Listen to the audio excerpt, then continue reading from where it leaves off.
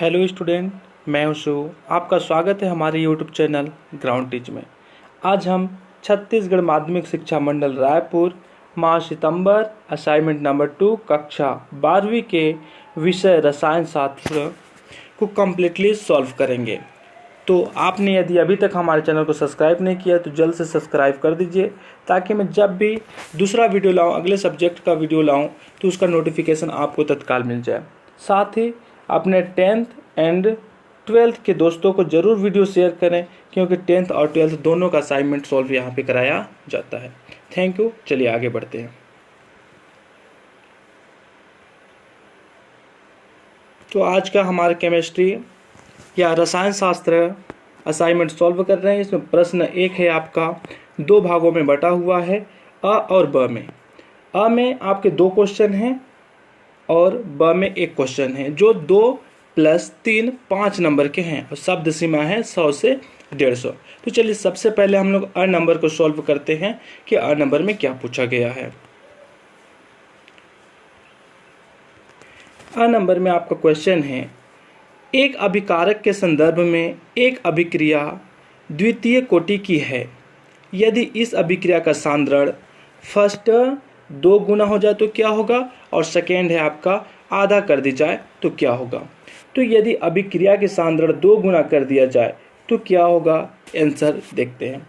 तो देखो ये उत्तर क्या हो जाएगा आपका, द इक्वल टू kx² या ka²। यदि x इक्वल टू क्या हो, a मोल इनवर्स हो तो यदि x की सांद्रता कितना कर दी जाए, 2 गुनी कर दी जाए, तो x इक्वल टू 2l हो जाएगा। ठीक है, और 2a का स्क्वायर हो जाएगा तो आपका क्या आ जाएगा, 4ka²। अर्थात अभिक्रिया की सांद्रता यदि 2 गुनी कर दी जाए तो वेग आपका 4 गुनी बढ़ जाएगी। और यहीं साथ यदि अभिक्रिया की सांद्रता आधा कर दी जाए तो क्या होगा। तो चलिए आधा कर देते हैं और देखते हैं कि क्या होता है, हमारे अभिक्रिया पे क्या फर्क पड़ता है।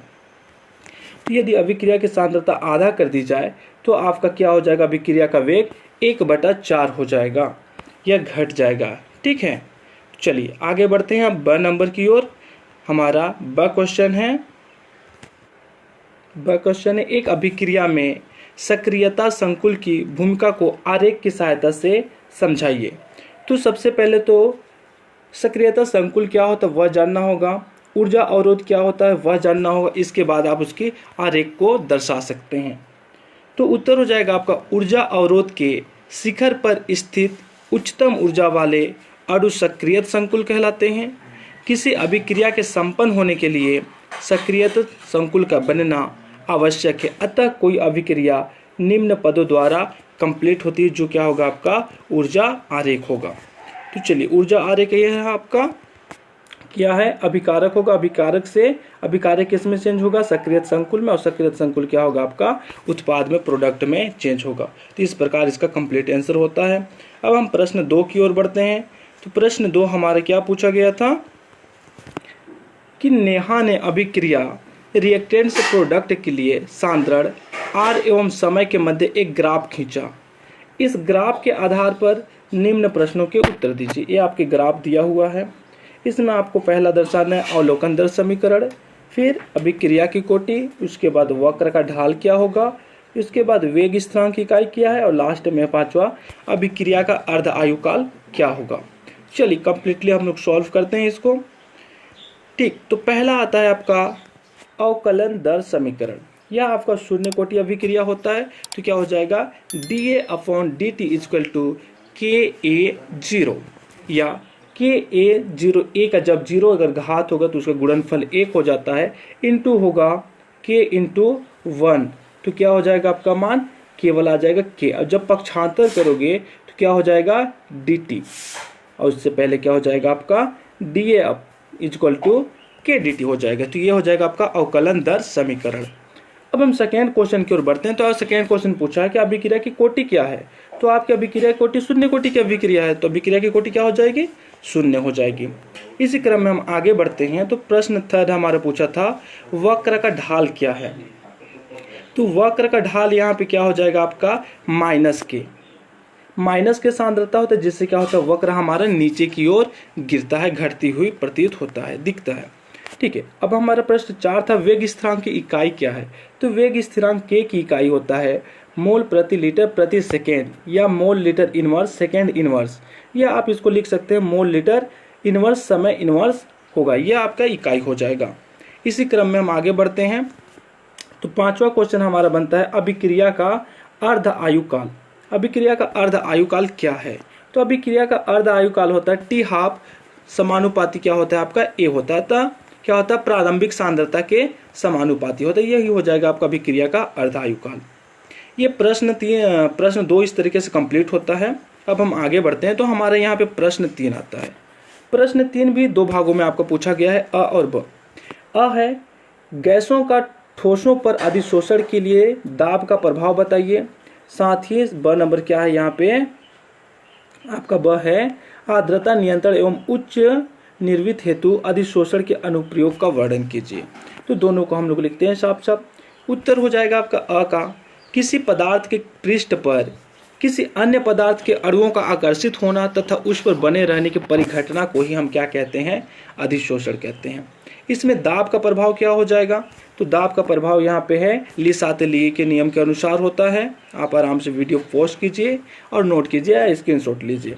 साथ ही हम आगे बढ़ते हैं। तो अधिशोषण के अनुप्रयोग हैं, अधिशोषण के अनुप्रयोग पूछा है तो कम से कम 1 या 2 आप दीजिए, लेकिन यहाँ पे अगर आप 3 दे देते हैं तो और भी बहुत अच्छा होगा। यहाँ पे देखते हैं कितना हम 3 अनुप्रयोग लिखे हैं।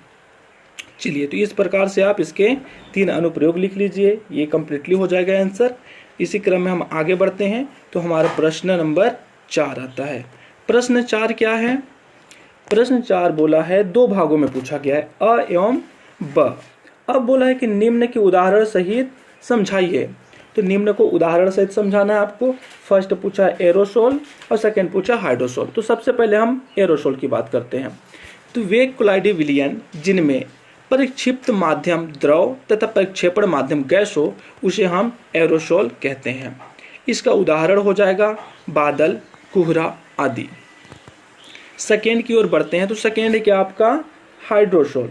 वे कोलाइडोसोल जिनमें परिक्षेपण माध्यम जल होता है, उन्हें हम हाइड्रोसोल कहते हैं। जैसे आपका स्टार्च हो जाएगा, सोल हो जाएगा, ये सब हाइड्रोसोल के एग्जाम्पल हो जाएंगे। अब इसी क्रम में हम आगे बढ़ते हैं। तो प्रश्न 4 का ब नंबर आता है।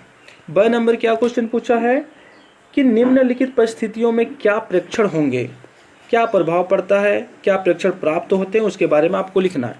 तो प्रश्न 1 है जब प्रकाश किरण पुंज को कोलॉइड सॉल में से गमन कराया जाता है या गुजारा जाता है तो क्या होता है।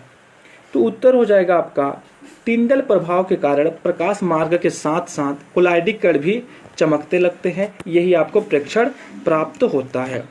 सेकेंड नंबर हो जाएगा कि जल योजित ऑक्साइड सोल में सोडियम क्लोराइड विद्युत अपघट्य मिलाया जाता है तो क्या प्रेक्षण प्राप्त होता है। तो चलिए देखते हैं सेकेंड नंबर का आंसर क्या हो जाएगा। तो धन आवेशित फेरिक ऑक्साइड के कोलाइडिक कण Cl- आयनों द्वारा उदासीन हो जाता है, अतः विलयन क्या होगा आपका स्कंदित हो जाएगा, मतलब क्या हो जाएगा थक्का बन जाएगा। ठीक है, स्कंदित हो जाएगा। अब प्रश्न 3 की ओर बढ़ते हैं। तो प्रश्न 3 आपका पूछा है क्लोइडिसॉल में से विद्युत धारा प्रवाहित की जाती है तो क्या प्रेक्षण प्राप्त होता है। तो क्लोइडिक कण विद्युत कण संचलन करते हैं, मतलब उसमें विद्युत धारा क्या होगा आपकी प्रवाहित होने लगेगा। तो इस तरीके से आप कंप्लीटली पूरा आंसर लिख सकते हैं। आपने अभी तक हमारे चैनल को सब्सक्राइब नहीं किया तो जल्द से सब्सक्राइब कर दीजिए, लाइक कर दीजिए और शेयर कीजिए 10th 12th के बच्चों को जरूर। थैंक यू, मिलते हैं नेक्स्ट वीडियो में, तब तक के लिए जय हिंद।